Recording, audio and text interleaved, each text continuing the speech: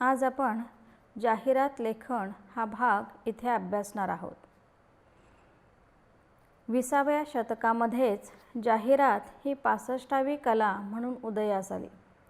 एका कलेचा दर्जा प्राप्त करण्यापर्यंत ज्या क्षेत्राची मजल गेली त्याचे प्रभाव क्षेत्र, प्रभाव क्षमता किती व्यापक असेल याचा अंदाज करता येईल। जाहिरातीच्या क्षेत्रात काम करण्यासाठी केवळ लेखन कौशल्य असून भागत नाही, तर ते कौशल्य अधिक टोकदार असावे लागते।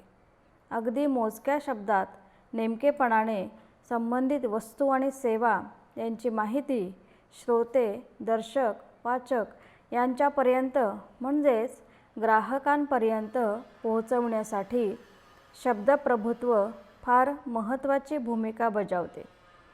त्यासाठी इतिहासाबरोबरच समकालीन विषयासंदर्भातले चौफेर वाचन, चिकित्सक दृष्टिकोन आवश्यक आहेच, पण त्याला उत्तम कल्पकतेची जोड देण्याचा हजरजबाबीपणाही आवश्यक असतो। मुद्रित असो अगर अन्य कोणतेही माध्यम, जाहिरात देण्यामागे काही मूलभूत हेतू निश्चितपणे असतात।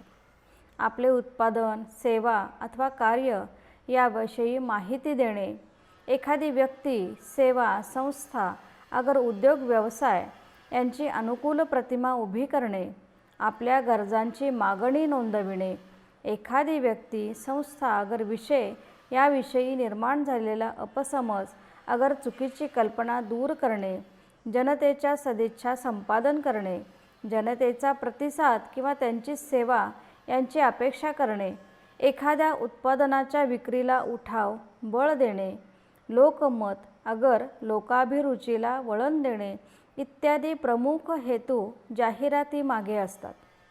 जाहिरातीमध्ये सर्वसाधारणपणे शीर्षक, उपशीर्षक, आशय, संस्थेचे नाव, लोगो, पत्ता यांचा प्रामुख्याने समावेश असतो। जाहिरात ही शीर्षकापासून सर्वच बाबतीत आकर्षक, लक्षवेधी, सुटसुटीत व वाचकांचे कुतूहल चाळविणारी असायला हवी।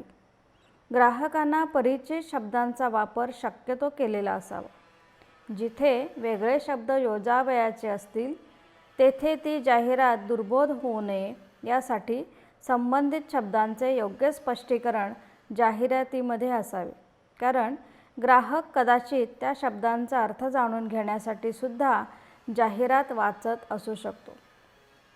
अशा प्रकारे कल्पकता आणि भाषा प्रभुत्वाबरोबरच विषयाचे योग्य ज्ञान, मांडणीचे व डिझाईनचे ज्ञान, ग्राहकांच्या मानसशास्त्राची जाणीव असणे अत्यंत महत्त्वाचे असते।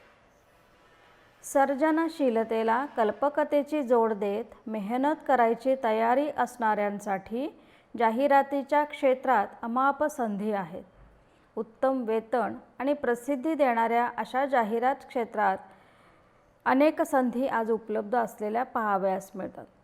या क्षेत्रात स्वतःचे स्थान निर्माण करण्यासाठी तुमच्याकडे वैविध्यपूर्ण कल्पनांचे भांडार निर्माण करण्याची विचारक्षमता, सर्जनशीलता, कल्पकता, नाविन्याचा ध्यास, बाजाराचे ज्ञान, विविध कंपन्यांची, त्यांच्या उत्पादनांची अद्ययावत माहिती आदी कौशल्यांची आवश्यकता असते।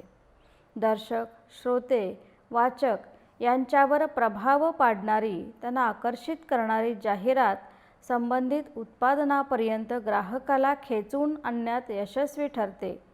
ज्या जाहिराती ग्राहकांना खिळवून ठेवण्यात यशस्वी होतात त्या उत्पादनाला बाजारात चांगली मागणी येण्याची शक्यता अधिक निर्माण होते।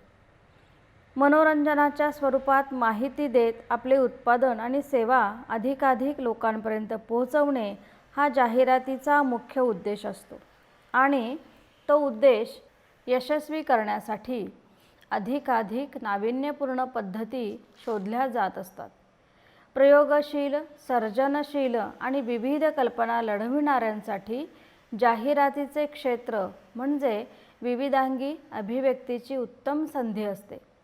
जाहिरात उद्योगात काम करताना सातत्याने नाविन्यांचा ध्यास आवश्यक असतो। या क्षेत्रातही प्रचंड स्पर्धा आहे, त्यामुळे या क्षेत्रात टिकून राहण्यासाठी वेगवेगळे प्रयोग करावे लागतात आणि त्यातून आपल्या कंपनीची जाहिरात इतर संस्थांपेक्षा कशी वेगळी आणि सर्वोत्तम आहे हे वेळोवेळी सिद्ध करावे लागते. हेच या क्षेत्रातील खरे कसब आणि कौशल्य आहे. आता आपण वृत्तपत्र आणि जाहिरात हा भाग इथे समजून घेऊया. केवळ वृत्तपत्र हा व्यवसाय आणि जाहिरात यांच्या सहसंबंधांच्या अनुषंगाने बोलावयाचे झाल्यास वृत्तपत्र हे अन्य उद्योगांच्या उत्पादनापेक्षा वेगळे उत्पादन आहे, हे आपल्याला मुळात लक्षात घ्यावे लागेल. अलीकडे व्यावसायिक स्पर्धेपोटी नफा पाहिला जात असला तरी हा एक प्रकारे सेवा व्यवसाय आहे. त्यामुळे वृत्तपत्राचे अर्थशास्त्रही अन्य उद्योगांपेक्षा वेगळ्या स्वरूपाचे आहे. वृद्धीच्या दृष्टीने वृत्तपत्राला 2 प्रकारच्या आव्हानांचा सामना करावा लागत असतो. एक म्हणजे खप आणि दुसरे म्हणजे अंतर. जाहिरातीच्या उत्पन्नामुळेच वृत्तपत्र उत्पादन मूल्यापेक्षा खूप कमी दरात ग्राहकांना वाचकांना उपलब्ध करून देता येणे शक्य असते. त्यामुळे साहजिकच ज्या वृत्तपत्राचा खप जास्त, त्याचा वाचक वर्ग मोठा, त्याच्याकडे जाहिरातींचा ओघ अधिक, हे असे समीकरण असते. त्या उत्पादनावर आधारित वृत्तपत्राची कमी किंमत आणि पुन्हा त्या कमी किमतीच्या आधारावर ग्राहकांचा प्रतिसाद अधिक म्हणजे खप अधिक, असे हे वृत्तपत्राच्या जाहिरात किंमत आणि खपाचे वर्तुळ पूर्ण करत असते. पुढे खप वाढला की उत्पादन खर्चही वाढतो. उत्पादन व खर्च यांची तफावत वाढते आणि पुन्हा ती भरून काढण्यासाठी जाहिरातीचे दरही वाढत असतात. असे हे गणित आहे. वृत्तपत्रांची आपापसात स्पर्धा आहेच, पण त्यांना आता दूरचित्रवाणी, रेडिओ, ऑनलाईन माध्यमे इत्यादी नवनव्या माध्यमांशीही स्पर्धा करावी लागत आहे. त्यामध्ये आपला खप वाढता राहून वेगवेगळ्या क्षेत्रातील जाहिरातदारांना आकर्षित करण्यासाठी विविध विषयांना वाहिलेल्या पुरवण्यांची निर्मिती करणे, त्यासाठी विविध क्षेत्रातील जाहिराती मिळवणे आणि उत्पन्नाचा स्रोत कायम राखणे अशा क्लुप्त्या योजल्या जातात. अलीकडेच कोविड-19 साथीच्या कालखंडात वृत्तपत्राकडील जाहिरातींचा ओघ मोठ्या प्रमाणात आटल्याने पृष्ठसंख्या कमी करण्यापासून ते काटकसरीचे अनेक उपाय वृत्तपत्रांना योजावे लागले. जाहिराती अभावी वृत्तपत्रांचे अर्थकारण कसे कोलमडून पडू शकते याचे अलीकडच्या कालखंडातील हे एक महत्त्वाचे उदाहरण आहे. जाहिरातीच्या संकल्पनेस कॉपी तर जाहिरात संकल्पना लिहिणाऱ्यास कॉपीरायटर असे म्हटले जाते. मोजक्या नेमक्या शब्दात जाहिरातीची मांडणी करणे हे याचे काम असते. मुद्रित, दृकश्राव्य, डिजिटल, बाह्यफलक, साईनबोर्ड, भित्तिपत्रके, जिंगल्स अशा अनेक प्रकारांनी जाहिरातींची अभिव्यक्ती होत असते. प्रत्येक माध्यमाची मांडणीची पद्धती वेगवेगळी असली तरी संकल्पनात्मक पातळीवर तिच्या मूळ कॉपीचे महत्त्व अजिबात कमी होत नाही.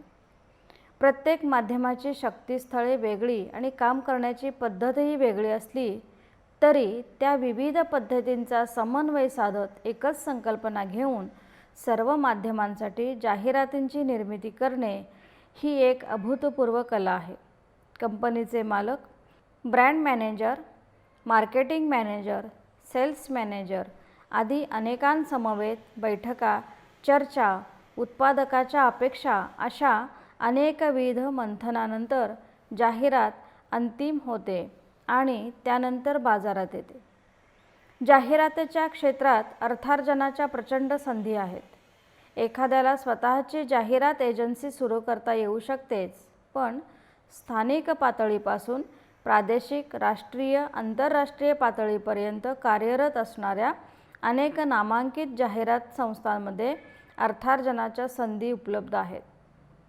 केवळ खाजगीच नव्हे तर शासकीय नोकरीच्या संधीही या क्षेत्रामध्ये उपलब्ध आहेत. राज्य पातळीवरील कार्यरत असणारा शासनाचा प्रसिद्धी विभाग म्हणजेच माहिती व जनसंपर्क महासंचालनालय येथे स्वतंत्र जाहिरात विभाग कार्यरत आहे। त्याचप्रमाणे केंद्रीय पातळीवर DAVP या विभागामध्येही नोकरीच्या संधी उपलब्ध होऊ शकतात। मुद्रित माध्यमांसह आउटडोअर पब्लिसिटी, दूरचित्रवाणी, रेडिओ, चित्रपट, समाज माध्यमांचे प्लॅटफॉर्म, विविध वेबसाईट्स, न्यूज साइट्स, यूट्यूब, विविध फोन ॲप्लिकेशन्स असे हे जाहिरातींचे क्षेत्र प्रचंड विस्तारलेले आहे। त्यामुळे या क्षेत्रातील संधीचे अवकाशही विस्तीर्ण झाले आहे आणि त्यामुळे अत्यंत स्पर्धाही त्याच्यामध्ये जाणवते।